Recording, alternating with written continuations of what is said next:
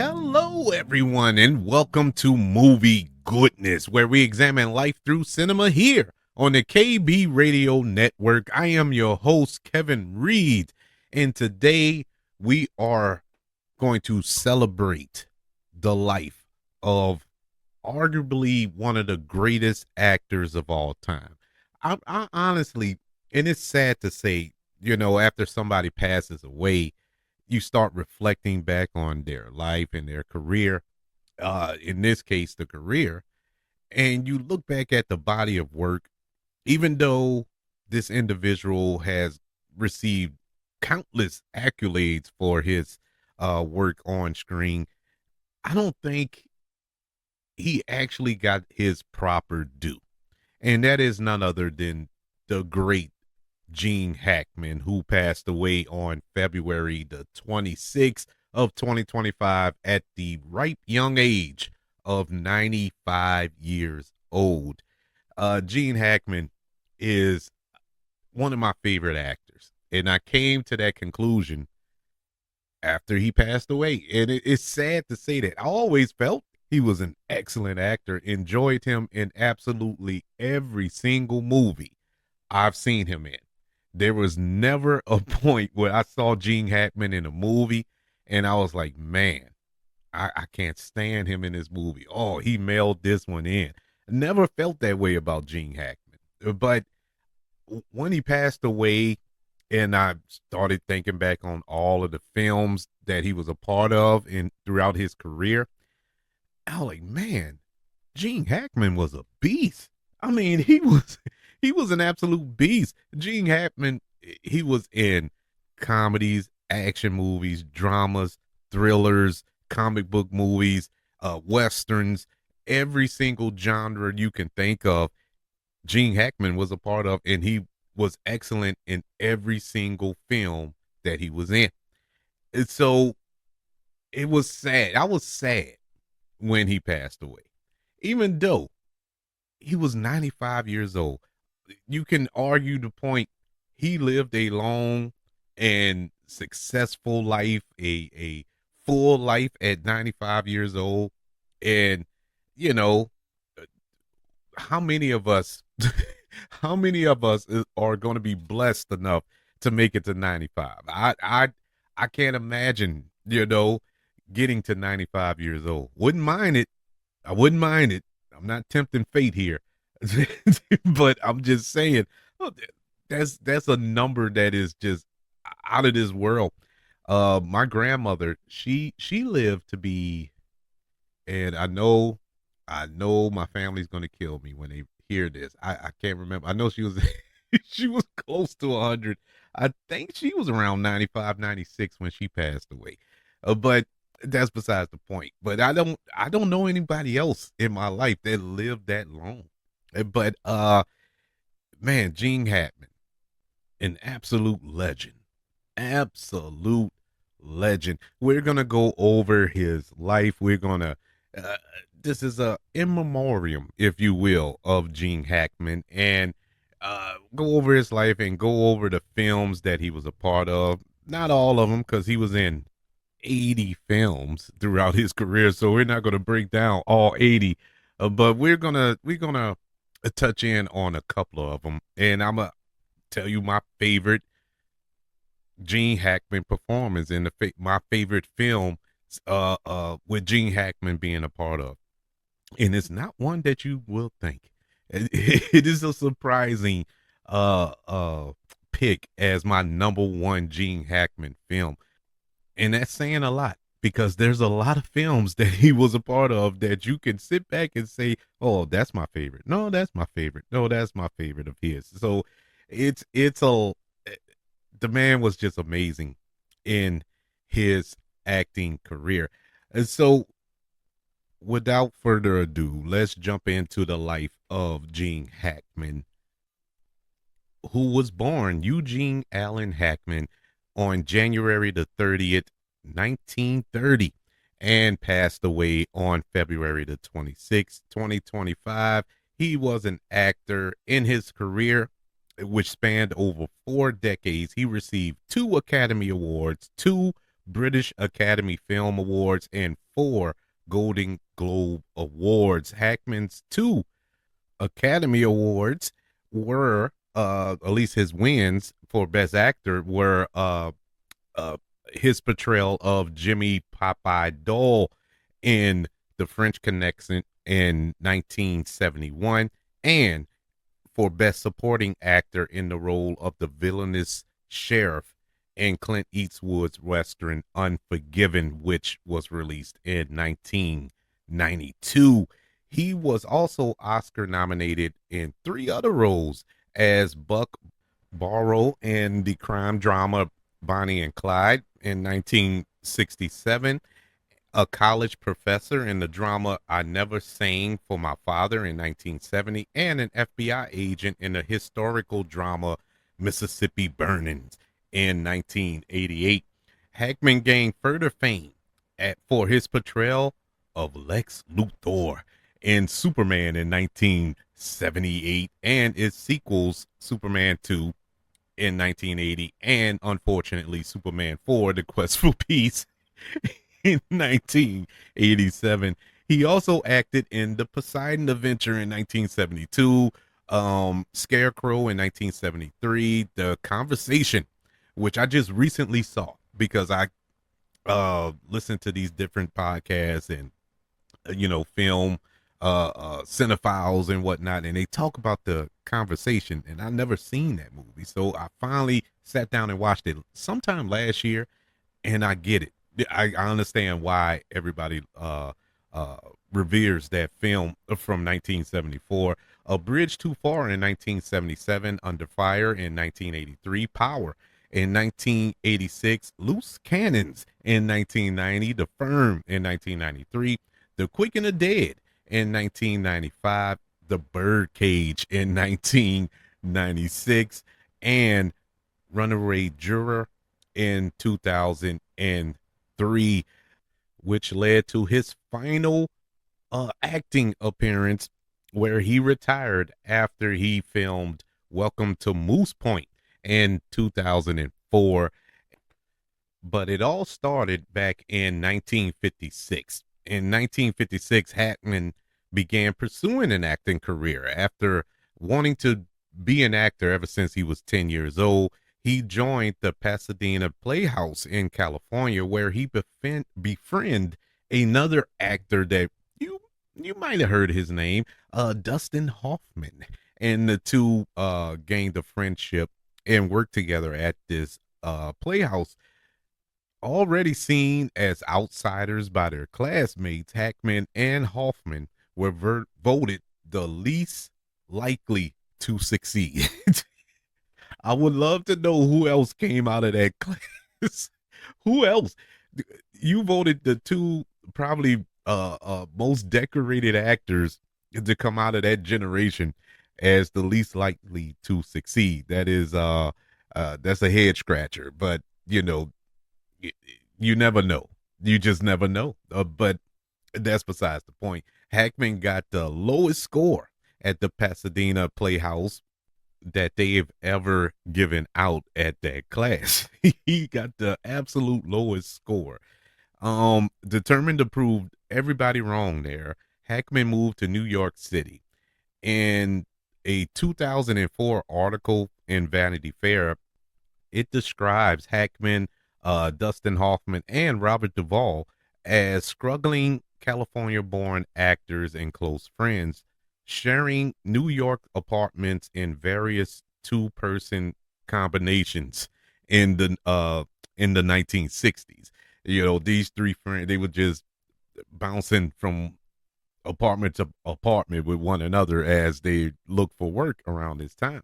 So to support himself between acting jobs, Gene Hackman would work at this Howard Johnson restaurant where he encountered an instructor from the Pasadena Playhouse who said that his job proved that Hackman wouldn't amount to anything. So even after he left the school, they were still throwing shade at the man. A Marine officer who saw him as a doorman said, "Hackman, you're a sorry son of a bitch." And so the rejection actually motivated Hackman. As he said, and this is a quote from uh, this article that came out in 2004, and this is a direct quote from Gene Hackman. It was more psychological warfare because I wasn't going to let those effers get me down.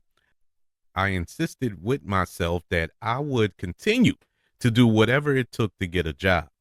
It was like me against them. In some way, unfortunately, I still feel that way.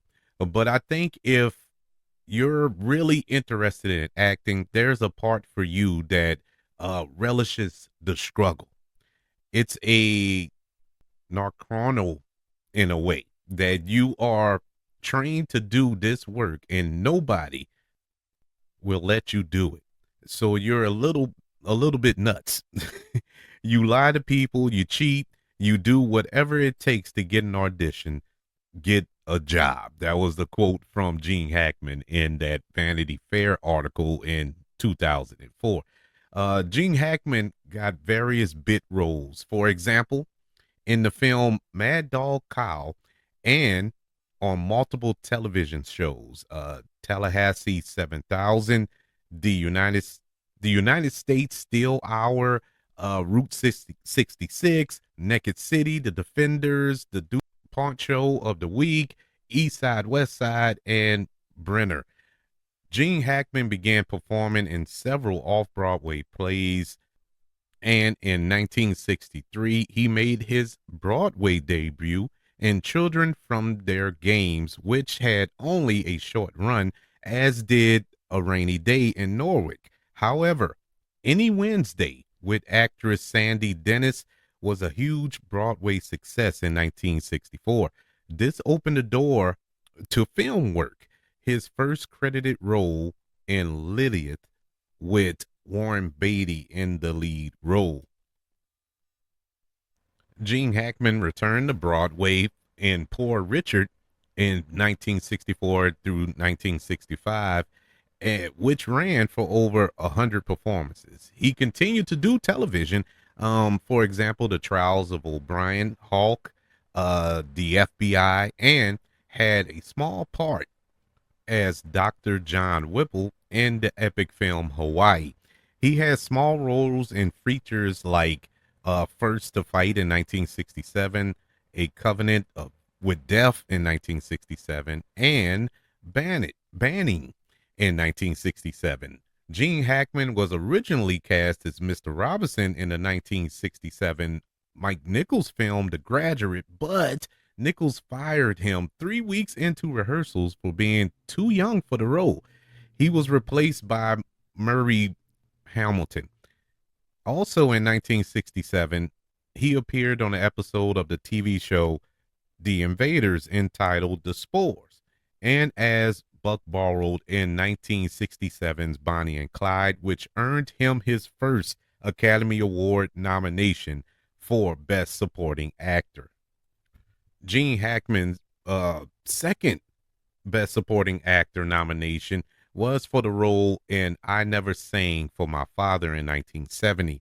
He starred in Doctor's Wives in 1971, The Hunting Party in 1971, then won the Academy Award for Best Actor for his performance as New York City Detective Jimmy Popeye Doyle in The French Connection, making his graduation to stardom. After The French Connection, Gene Hackman starred in 10 films, not including his cameo in Young Frankenstein. And a lot of people didn't know that, me included, um, until I was watching a documentary of the making of Young Frankenstein. Now, I've seen Young Frankenstein several times throughout my life. Did not know that was him. Did not know until I watched this making of documentary. And wait, that was Gene Hackman? That was like the first real cameo or Easter egg type thing growing up for me. But in any event, around this time, around this era, Gene Hackman was considered one of the most prolific actors in Hollywood. Uh, he followed The French Connection with the leading roles in Prime Cut 1972, The Poseidon Adventure in 1972, Scarecrow in 1973, alongside Al Pacino, which was Gene Hackman's favorite role of his career. As he said in numerous interviews.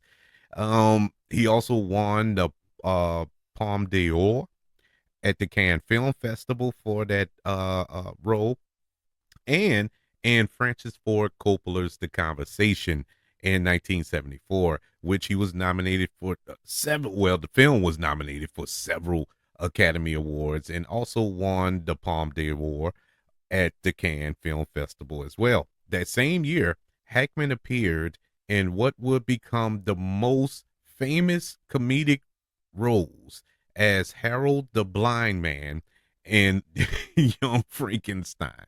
Did not know that was him. I had no idea that was him. It's crazy. And when I go back and look at it, I can see it's him.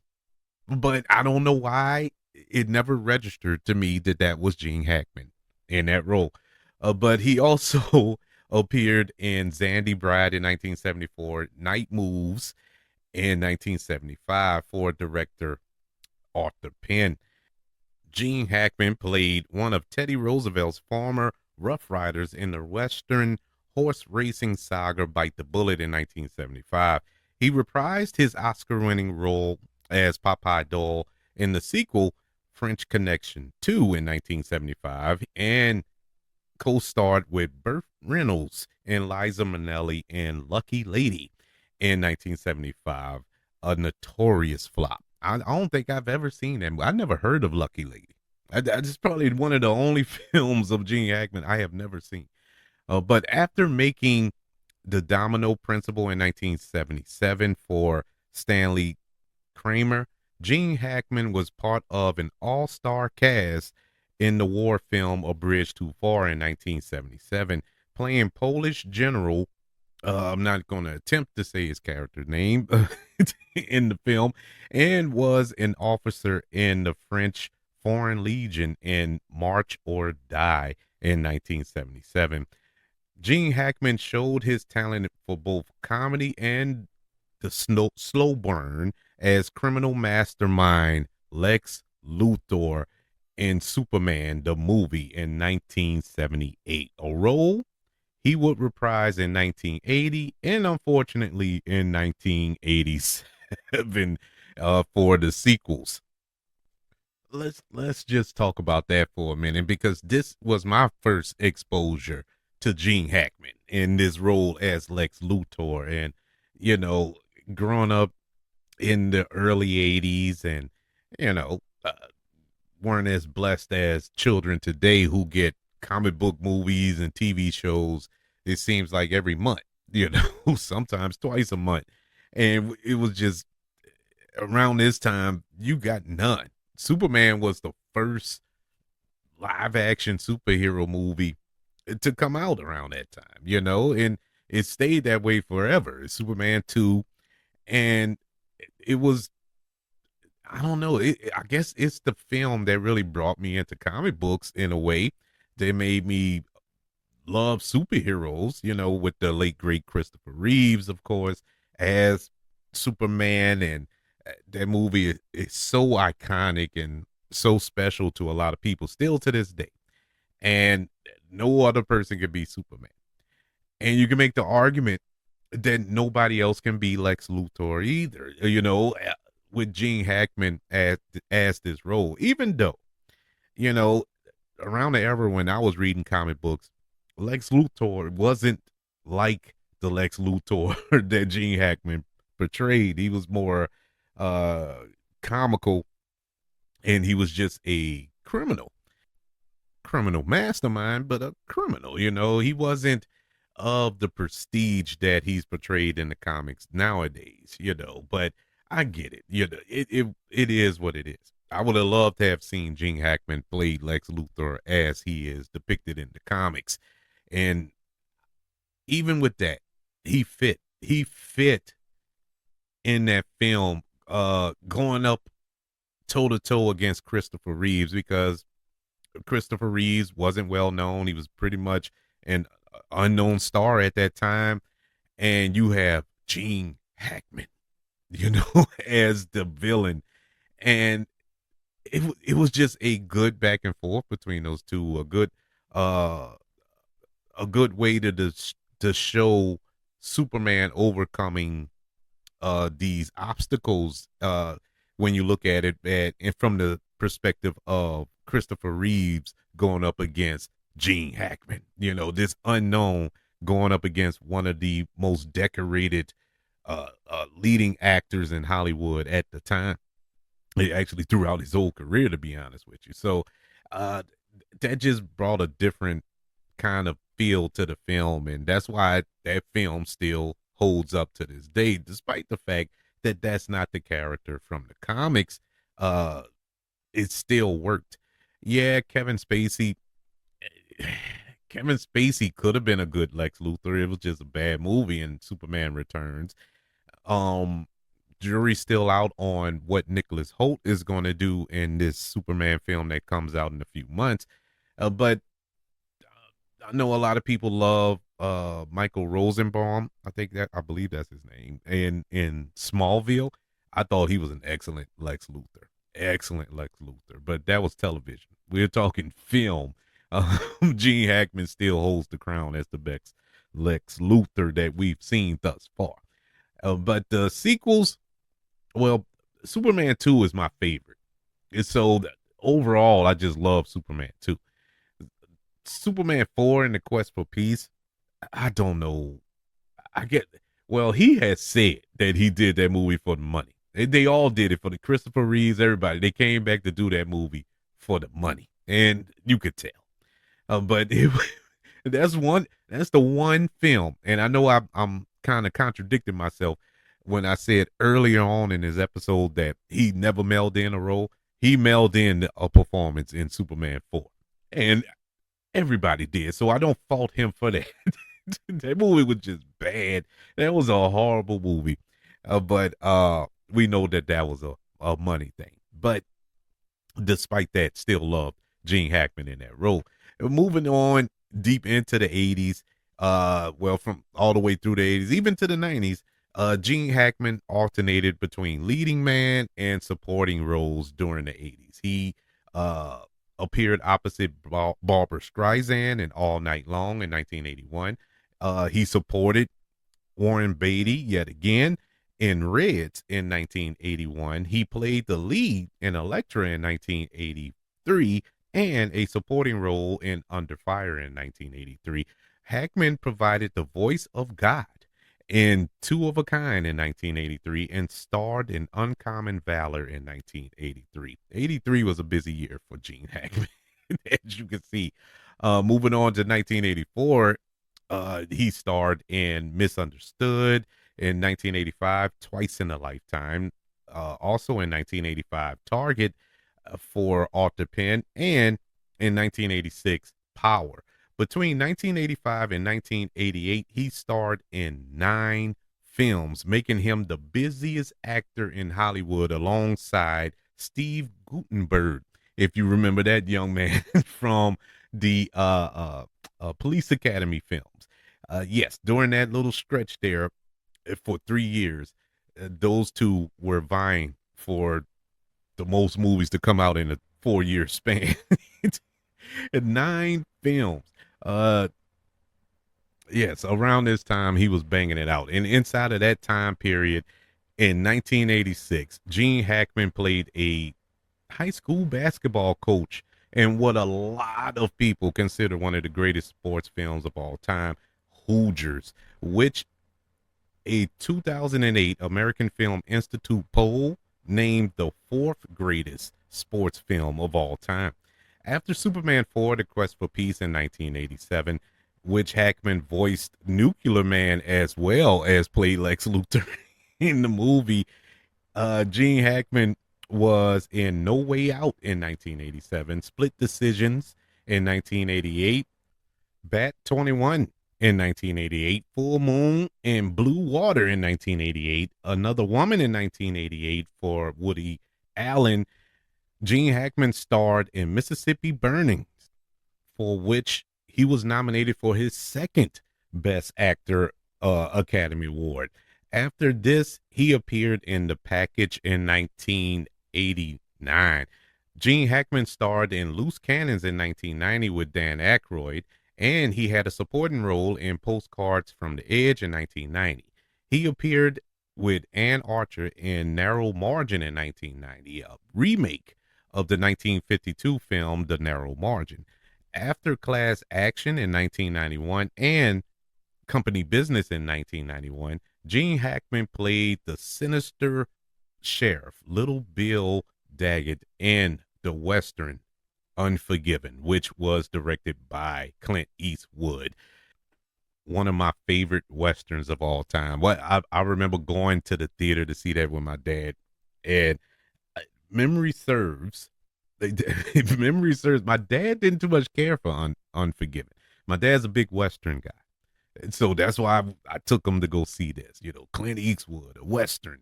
Uh, we don't get much Westerns on the big screen these days. Let's go see it, Pop. So finally, I drug him to go see it. He ain't too much care for it. I loved the movie.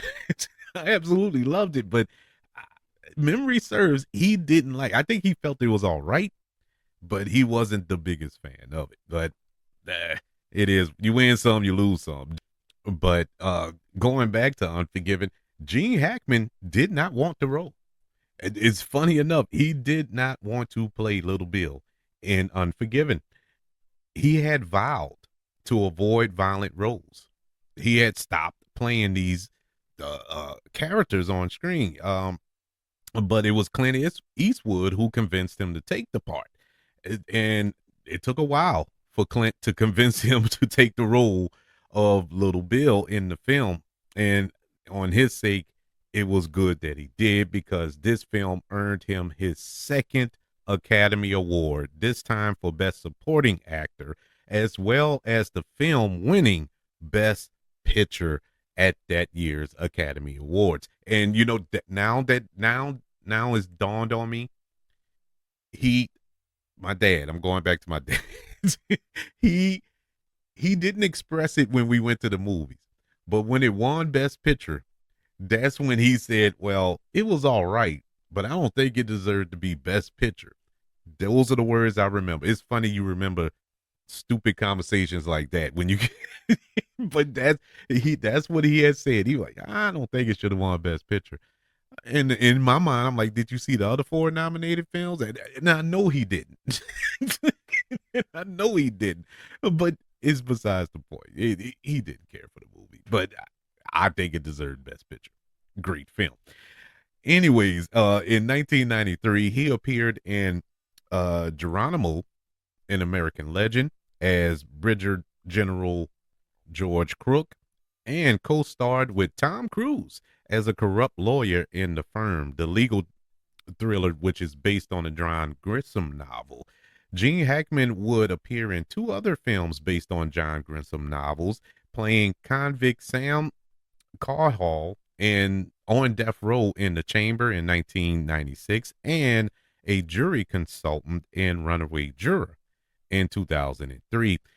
Other notable films Gene Hackman appeared in during the 1990s included Wyatt Earp in 1994, The Quick and the Dead in 1995, opposite Sharon Stone and Leonardo DiCaprio, as well as Russell Crowe was in that movie as well, and as submarine captain Frank Ramsey alongside Denzel Washington in Crimson Tide in 1995. That was another film that just blew me away when I saw that in the theaters, because I was a big submarine guy. I guess a lot of kids, a lot of especially little boys, they love submarine stuff and military type stuff.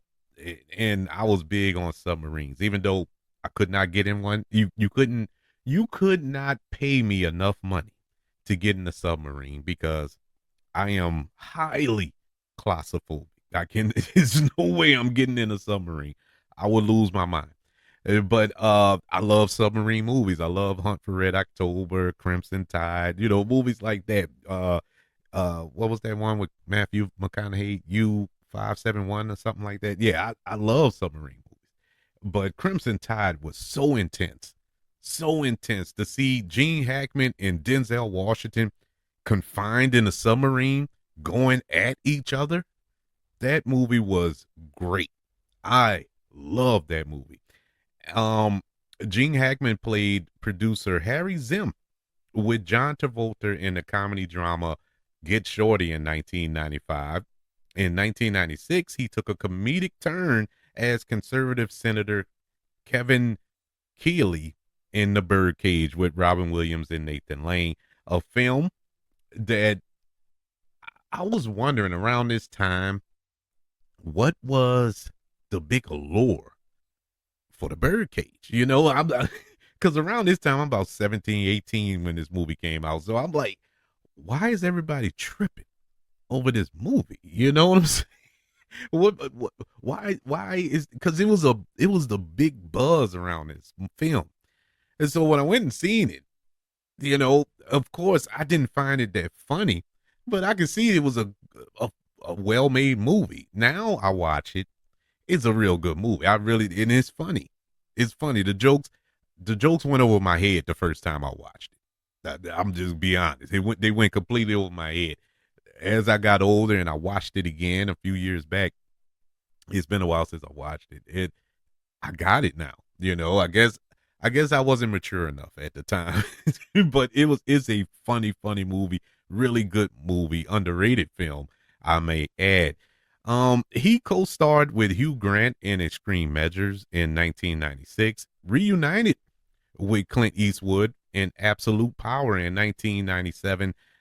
Gene Hackman did Twilight in 1998, and no, not the Sparkling Vampires. This was something completely different. It's a good little movie, but it has nothing to do with vampires. Anyways, he did one of the voices in Ants as well in 1998. He was the general, I believe, or the leader of I forgot, but he was the bad guy in that. I loved Ants. Ants is one of them sneaky good movies that came out in the late 90s that I love that movie. It sticks with me for some strange reason.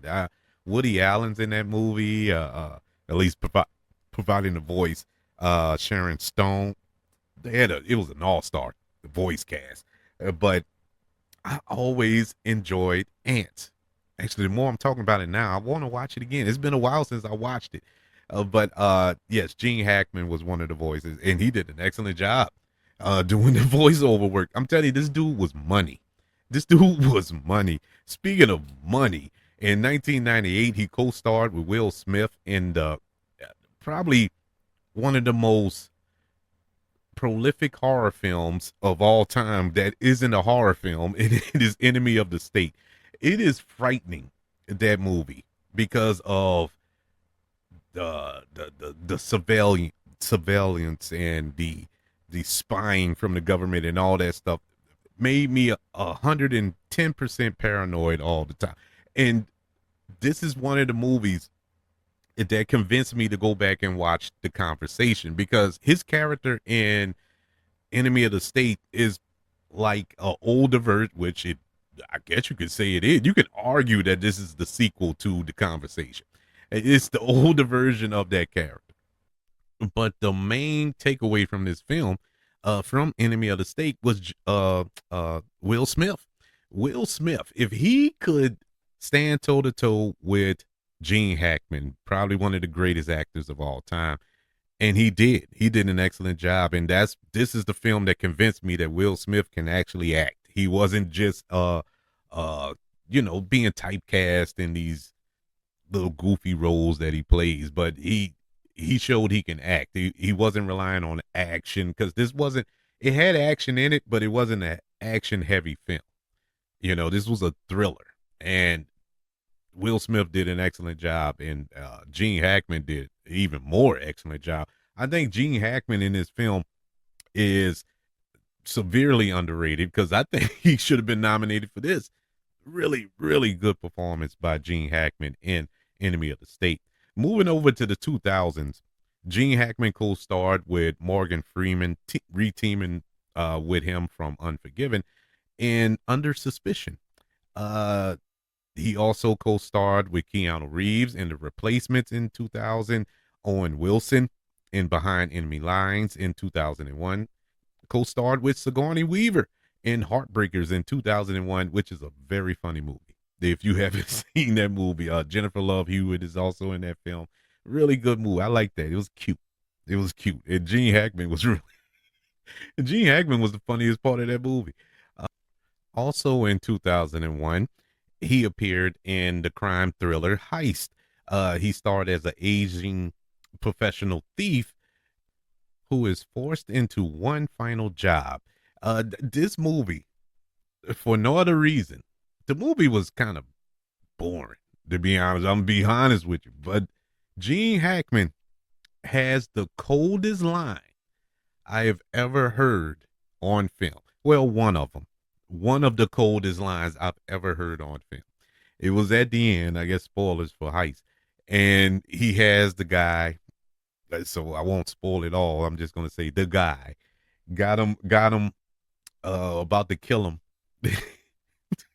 And the guy begging for his life. He was like, well, he wasn't begging for his life. He was like, aren't you gonna allow me to say my last words? And Gene Hackman's character, without even blinking, you just did and pulled the trigger. I mean, that was the coldest line delivery I have ever heard. I loved that. I loved it. It saved the movie for me because the movie, it was boring to me at the time, but I loved the way it ended. Saved the film. He also made a cameo in The Mexican in 2001, which co-starred Julia Roberts and Brad Pitt.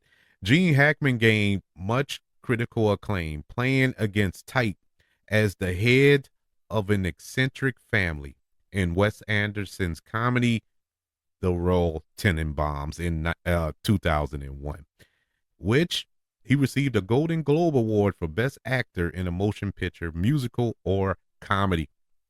And this, ladies and gentlemen, is my all-time favorite Gene Hackman film. The Royal Tenenbaums, for some strange reason, it sticks out to me as number one. It's one of the funniest films I've ever seen. It's one of the best written films I've ever seen. This is my favorite Wes Anderson film. Actually, this is my only Wes Anderson film that I like. I love The Royal Tenenbaums. And this movie does not work unless Gene Hackman is the way he is. What makes it so crazy? He wanted to kill Wes Anderson. They did not get along while filming this movie.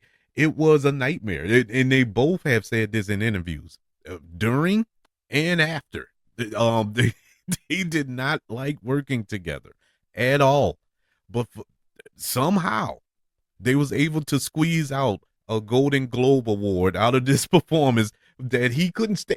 You couldn't tell.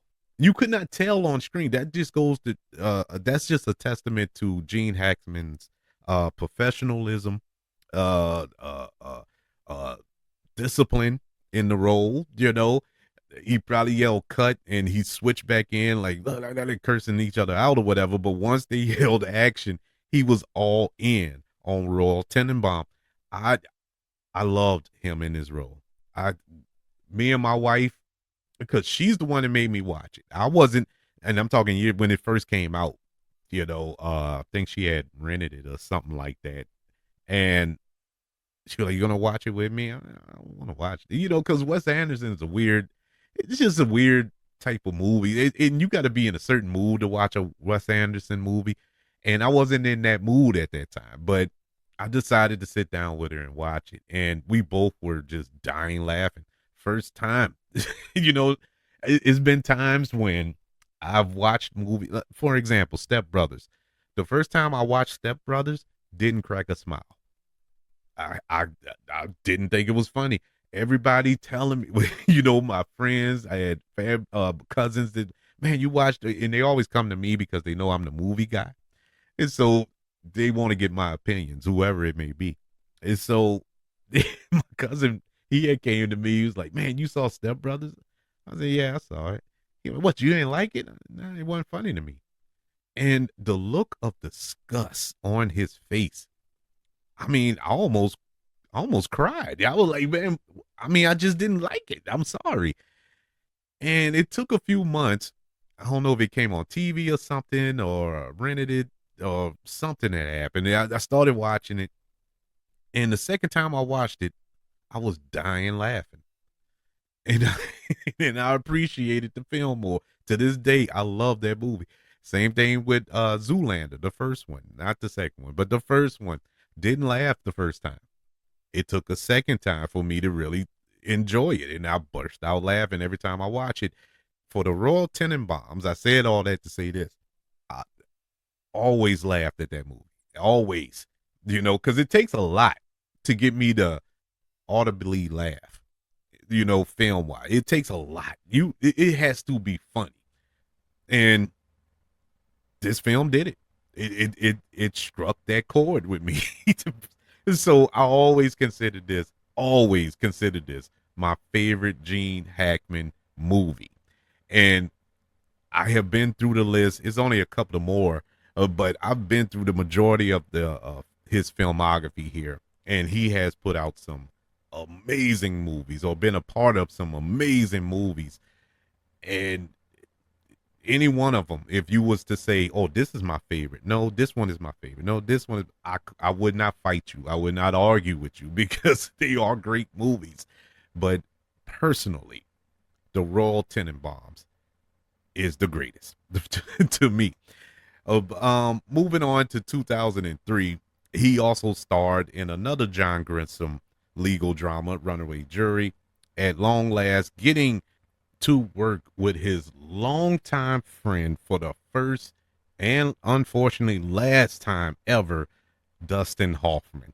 Yes, the two that started off at that Pasadena Playhouse, where they both were voted least likely to succeed, over 50 years later, finally getting to share the screen together in this film. And I think that was just a full circle moment, because the following year he starred in his final film, the comedy Welcome to Moose Point, which he announced his retirement from film after that release.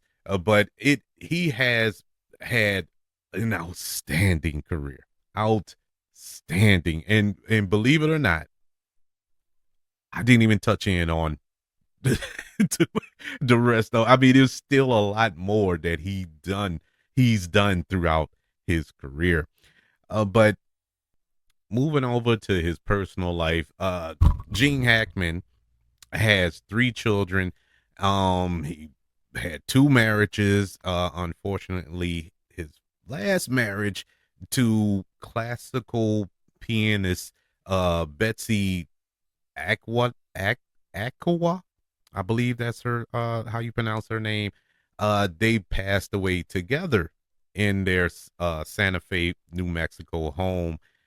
They both were found almost mummified. They said that the bodies were there for a minute, and so they're classified to have died on February the 26th. But it was much sooner than that, and there's a lot of speculation going into how this happened, that he well, not he, but that there was carbon monoxide poisoning, probably, that uh he was 95 years old.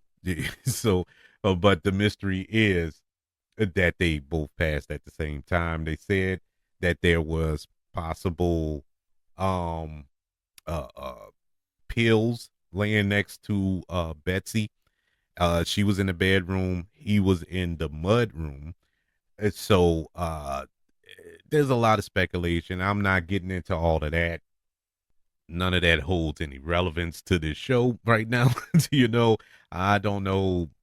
I don't know. So we're just not getting into all that. But what we do know is that Gene Hackman, Hollywood legend, Hollywood icon, has passed away at the age of 95 years old, and he will be sorely missed. I mean, and I know it's been over 20 years since the last time he's been on uh, anybody's zeitgeist, as far as appearing in films or TV shows or even in interviews or anything. When he walked away. He didn't he didn't he didn't come around for nothing. He was done. He had wrapped it up.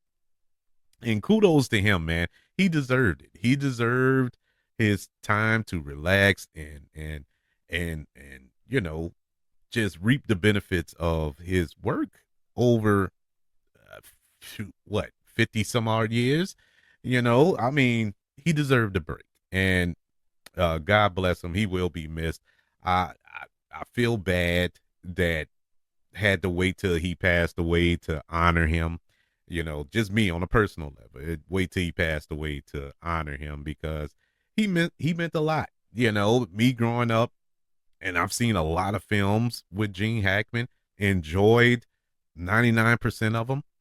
So he played a big part in my coming up and in my enjoyment of film and television and whatnot. So what sticks out to me with Gene Hackman can do no wrong. He was great in every single genre of film, whether it's westerns, crime dramas, comedies, animated films, you name it. He has done it. I think the only thing, well, maybe sci-fi. I was gonna say sci-fi. Um, with Superman. That's kind of science fiction, huh?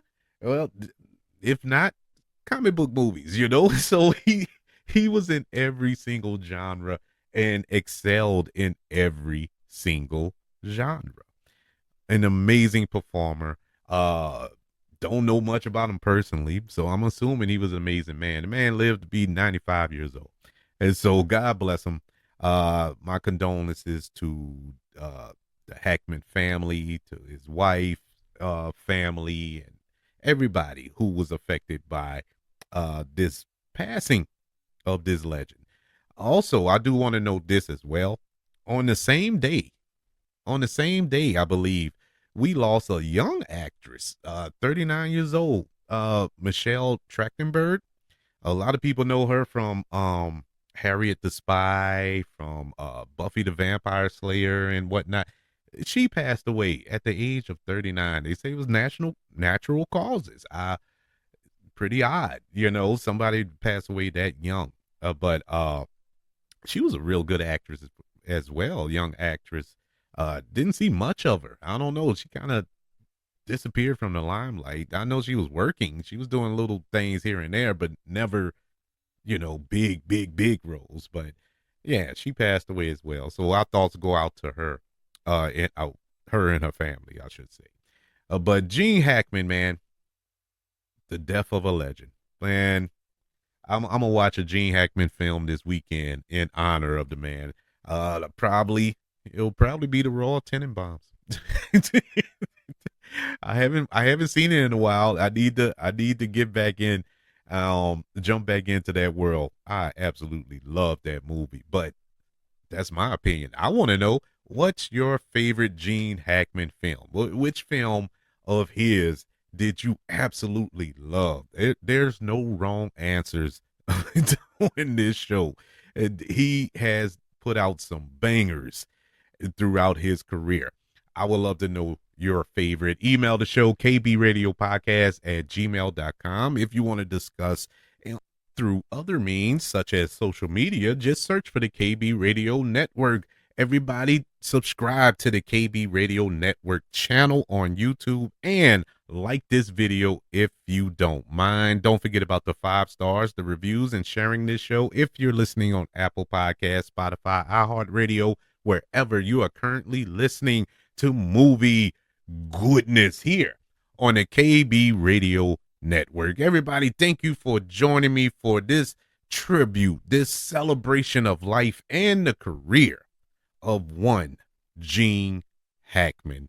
Rest in peace, King. Want you all to know that I love you, continue to love everyone, and until we speak again, you all be blessed.